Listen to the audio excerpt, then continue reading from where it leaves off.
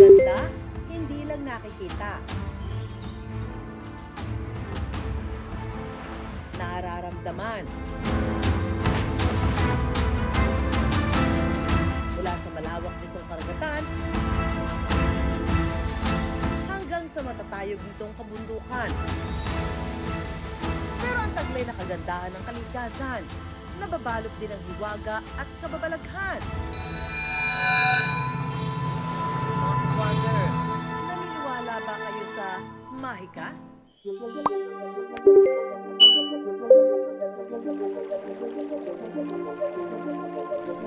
Bisitahin natin ang mga tanawing dinarayo ng turista. Hindi lang sa ganda, kundi sa taglay nitong hiwaga. Bukal na matatagpuan sa Mount Manahaw sa probinsya ng Quezon, dinadaluyan daw ng himala. Pinaniniwala ang mga bakas ng paa sa bukal, mga yapak ni Jesus. Kaya ang bukal nakapagpapagaling daw ng may sakit. Dito po siya gumaling sa tubig ng kinabuhayan. Sa kinalakihan po at sa sabi nga din po ng matatanda, dito nga daw po is nakakagaling yung tubig. Bundok sa Tawi-Tawi, hindi lang daw inaakyat for the travel goes. Puntahan din daw to ng mga single at broken-hearted. I broke up with my ex of 8 years dahil sa LDR. Kailangan kong humanap ng way to vent my frustrations.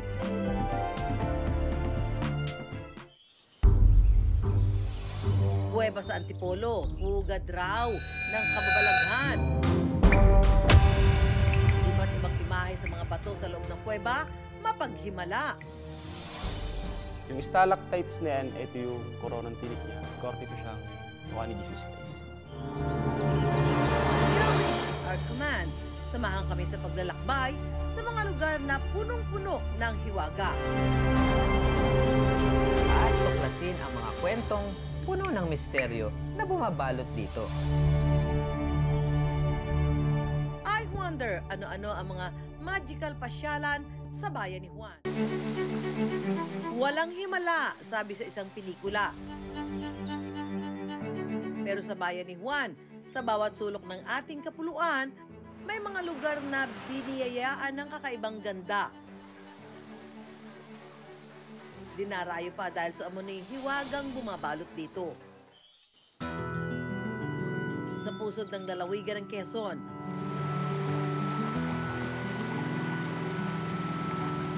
may bukal na hindi lang daw nagbibigay ginhawa,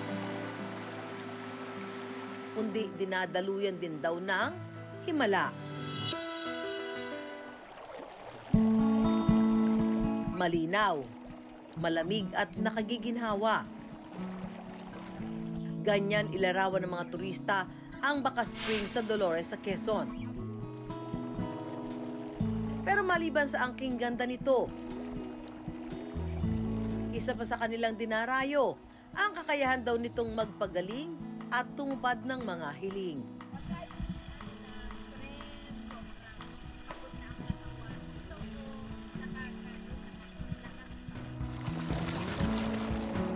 Kaya kami madalas lagi dito dahil sa ito daw ay nakakagaling, nakakatulong ng problema. Totoo naman. Yung ating pong spring ay ito po yung pinaniniwalaan ng marami na ito po yung yapak ni Jesus. Ito yung dinadayo na kung saan nandito yung tubig, ito ay nakakagamot. Kaya sila humihiling na sila dyan naliligo, kumuha ng tubig para iuwi nila. Tara, samahan nyo ako pumunta din sa may bakas din sa kinabuhayan. Isa nga sa bumabalik-balik sa umano'y mapaghimalang bukal, ang vlogger na si Windel. Ganito lang naman kalinaw ang tubig dito sa amin sa kinabuhayan. Naging panata na raw kasi ni Windel na ipakalat sa mas marami ang pinaniniwalaang himalaan ng Baka Spring. Buhay na patotoo raw kasi siya sa umano'y kapangyarihan ng bukal. May gumaling na po siya, kaya mas lalo pong sumisikat po itong lugar na ito. Tapos meron nga po akong pamangkin nga po, na hanggang ngayon po ayun pa rin po yung iniinom po niya. Ang pamangkin na tinutukoy ni Windel, ang 2 taong gulang na si Vince. Kwento ng ina ni Vince na si Shirley, sakitin na raw ang kanyang anak ng ipanganak. Balik-balik sila sa ospital dahil sa hika. Pero nang mabalitaan nila ang manihiling power ng Baka Spring, agad niyan dinala roon ang anak. Paniniwala ngayon ni Shirley, mula nang uminom ng tubig mula sa bukal si Vince, hindi na raw ito sakitin. Kaya tinuloy-tuloy nila ang pagpapainom sa bata ng tubig mula sa Baka Spring.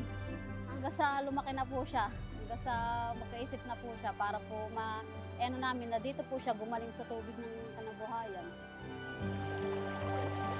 I wonder, bakit nga ba pinaniniwala ang nakapagpapagaling ng sakit ang bukal na ito? Naging saksi raw sa misteryo ng bukal ang caretaker na si Ernesto, na higit 1 dekada nang nagbabantay sa lugar. May isang bahagi raw ng bukal na siyang pinagmumula ng biyaya ng pagpapagaling. Ang mga bakas ng paa na ito na pinaniniwala ang bakas ng paa ni Jesus?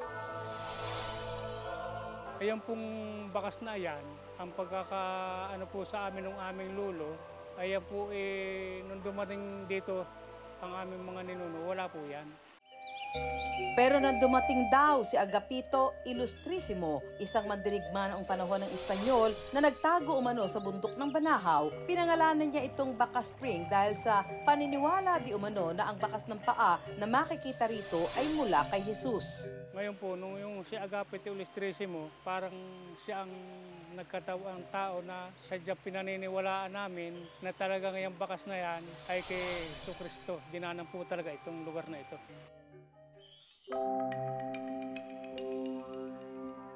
Pero ayon sa simbahang Katolika, walang sapat na patunay na ang mga bakas ay mula sa paa ni Jesus. Siguro ang katotohanan doon ay yung taimtim at malalim na pananampalataya ng mga tao. Walang sinasabi ang simbahan na authentic yun, na genuine yun. Kailangan din at least to some extent, meron ding parang forensic scientific probe kung talagang yun ba ay mga yapak ng mga paa ni Jesus. Para matiyak ang kaligtasan ng mga umiinom ng tubig mula sa bukal, kumuha kami ng sample at ipinasuri sa isang water testing facility.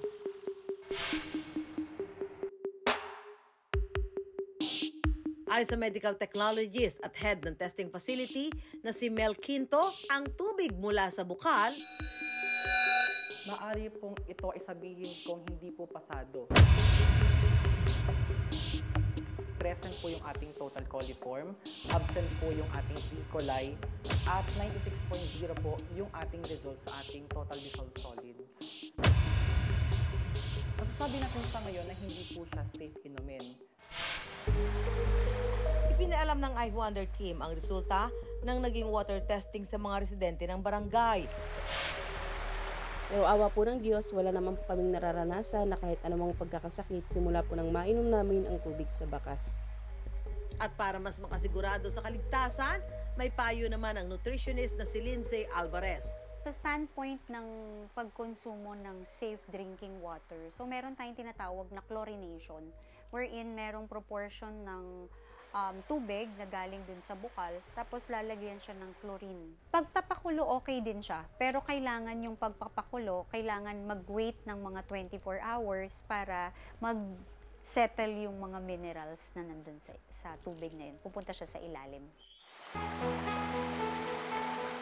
Ang tubig, may kapangyarihan man o wala, ay isang napakalaking biyaya. Dahil nagbibigay buhay. Ang kagalingan hindi lang dapat iasa sa himalang dala ng mga bagay-bagay. Dahil ang tunay na himala ay nakaugat sa ating malalim na pananampalataya.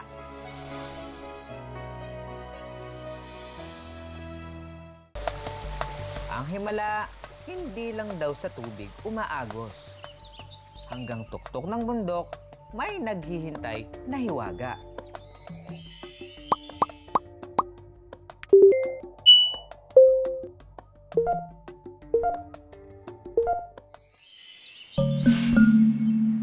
Sa probinsya ng Tawi-Tawi, may isang bundok na nag-aalajini, ang Budbonggao. may taas na 342 meters. Nasing taas ng 27 pinagpatong-patong na monumento ni Gat Jose Rizal sa Luneta. Pero ang bundok na ito, hindi lang para sa mga nasa hiking era. Itinuturing itong sagrado ng mga kabilang sa tribong Sama Dilaut na naninirahan at nagbabantay sa bundok.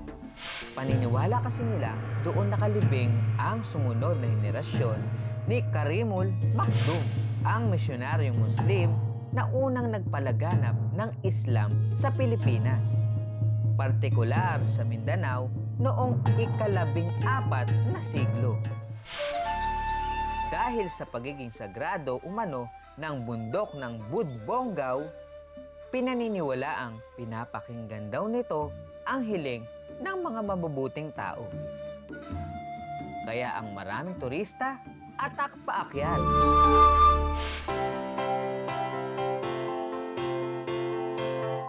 At ang isa sa hindi nagpatumpik-tumpik, ang kawander nating si Leia. Umakyat daw ng bundok na broken-hearted matapos makipaghiwalay sa long-term boyfriend Oktubre noong nakaraang taon.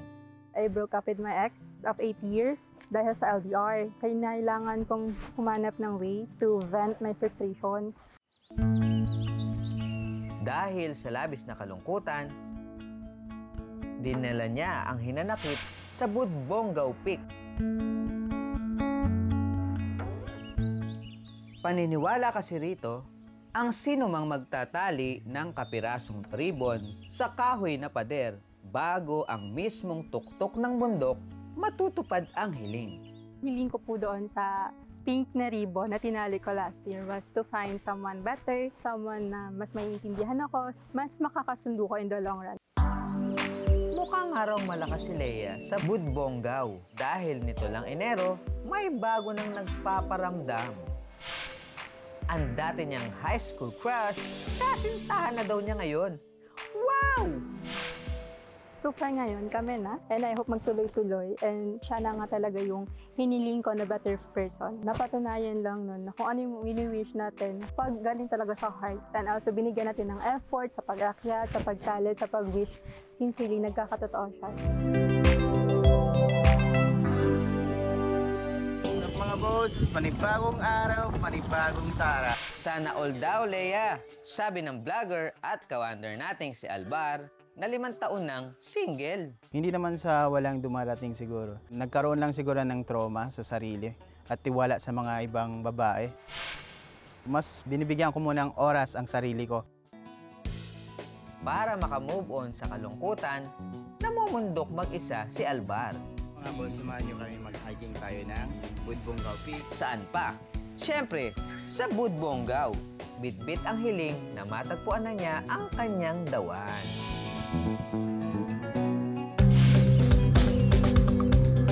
G kami kay Albar para saksihan ang kanyang love journey.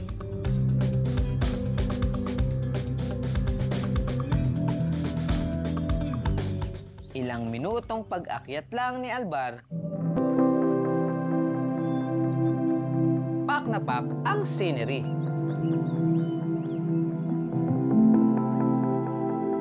Pero hindi lang sightseeing ang pag-akyat sa Budbongaw. Dahil isa rin tong makabuluhang religious experience para sa mga turista. Makikita ang tampat o cold tomb na dinadasalan ng mga imam o leader ng mga Muslim. Matapos ang ilang oras ng pag-akyat, narating na ni Albar ang kanyang pakay. Ang pagbagot o pagtatali ng ribbon sa kahoy na ito. Namo niya to, kana sila mangayo, amon long mangayo tod sila magmumpa at tod, pasalin sila amon yakin tod in amon pangatayan. May kahulugan daw kasi ang bawat kulay. Kung gusto mo daw sumakses sa buhay, dilaw. Berde naman daw para sa maayos na kalusugan. Asul para sa kapayapaan. At rosas o pink para sa pag-ibig. Ang hinihingi ko lang is walang iba kundi yung darating na si The One. Sana nga matagpuan mo na ang The One for you, Albat.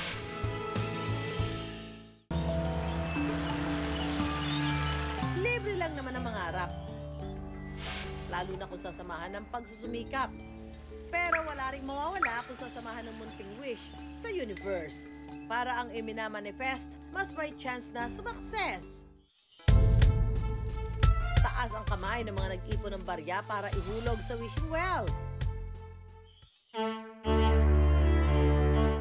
Nasa bucket list ng marami ang sikat na Trevi Fountain.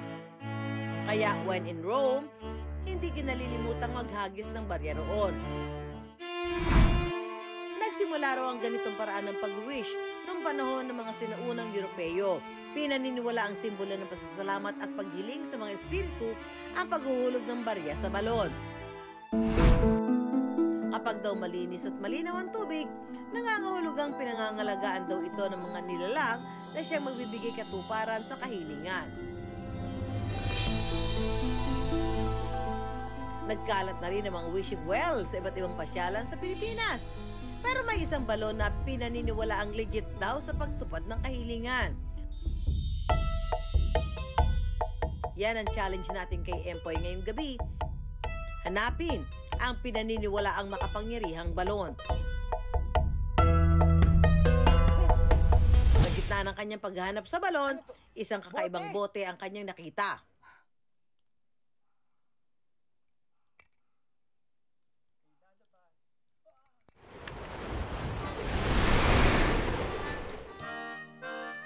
Uy! Genie! Ako ang Genie, tagapag-ingat ng boteng ito. At ikaw, kaibigan, tila may mabigat na kahilingan. Oo. May hihiling sana ako eh. Nais ko man ikaw ay pagbigyan. Pero ako isang genie na walang kakayanan pagkat ako'y simple lamang. Pero meron akong alam na pwede mong puntahan at doon ka humiling. Saan? Doon sa isang kuweba. Kuweba? O sige, sige.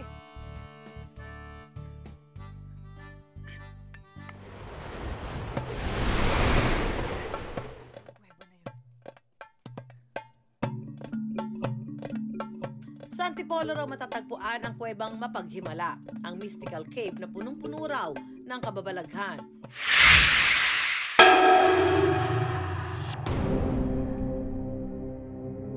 Ang kwento nito, nagsimula lang daw sa isang panaginip.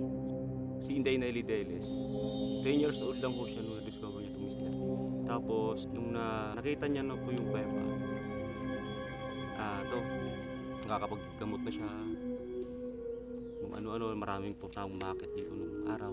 And then, open na siya nung 1980. Maraming hiling na raw ang tinupad ng mystical cave.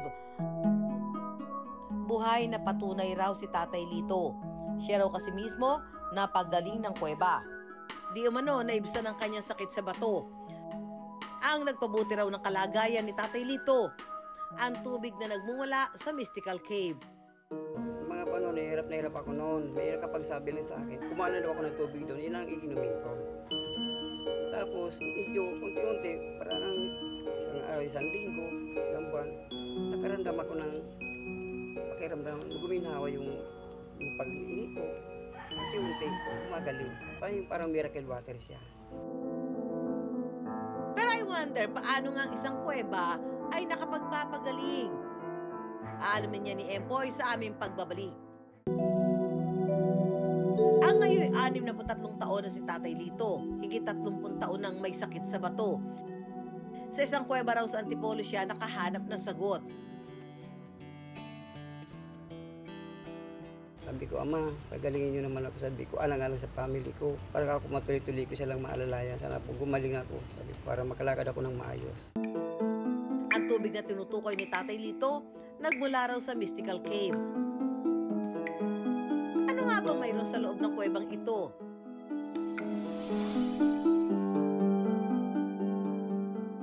Nababalot ng dilim ang kuweba, pero nagsisilbing bituin sa kinang ang mga rock formation sa paligid.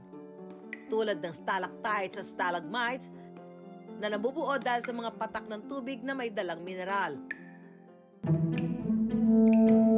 Sa unang tingin, aakalaing karaniwan lang ang mga batong ito. Pero kung titingnang mabuti, may mga imahe raw na nabubuo.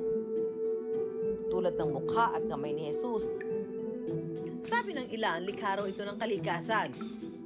Pero para sa iba, kaya nagiging mystical o misteryoso ang kuweba ay dahil sa presensya ng espiritu sa loob nito. Ang susunod na pupuntahan po natin, ito yung wishing well. Ito yan. Ako, yan. Malalim yan? Malalim po, mga nasa 50 feet itong lalim. 50 feet? Ang kagandahan nito mga kawander, no?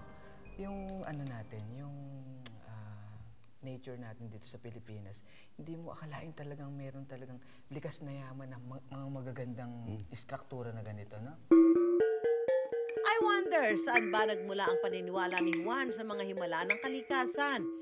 Ayon sa historia na si Jasper Gambito, bago pa man dumating ang Kristyanismo sa bansa, naniniwala na ang ating mga ninuno sa animismo o kakaibang lakas o kapangyarihang nagpapakilos sa kapaligiran. Naniniwala tayo na halimbawa may mga milagrosong bundok, mga sagradong lugar at iba pa na maaring pinaninirahanan ng iba't ibang mga deities at dito nakikipag-communicate ang mga tao para makakuha sila ng kung ano yung kanilang mga kahilingan. Dito na rin umusbong ang matibay na pananampalataya ni Juan sa Diyos at nagsimulang maniwala sa mga himala. Sa maraming sulok ng bansa, buhay na buhay pa rin ang paniniwala sa mahika at himala. Kaya puno ng pag-asa si Juan na may makikinig sa kanyang hiling. Mula sa mga bukal at kuwebang pinaniniwalaang nagpapagaling. Hanggang sa bundok na tumutupad daw ng mga hiling. Sumasalamin sa matibay na paniniwala ni Juan na may kapangyarihang maaaring takbuhan para humingi ng tulong at kaginhawahan. Mga ka-Wonder, kung may mga topic kayo na gusto pag-usapan, mag-email lang po kayo sa iwonder2tv@gmail.com. Ako po si Susan Enriquez. I-follow nyo rin ang aming social media accounts na iWonder. Ako po ulit, si Empoy Marquez. Paano po magkita-kita po tayo tuwing linggo ng gabi sa GTV at ang mga tanong ni Juan, bibigyan namin ng kasagutan dito lang sa I Wonder!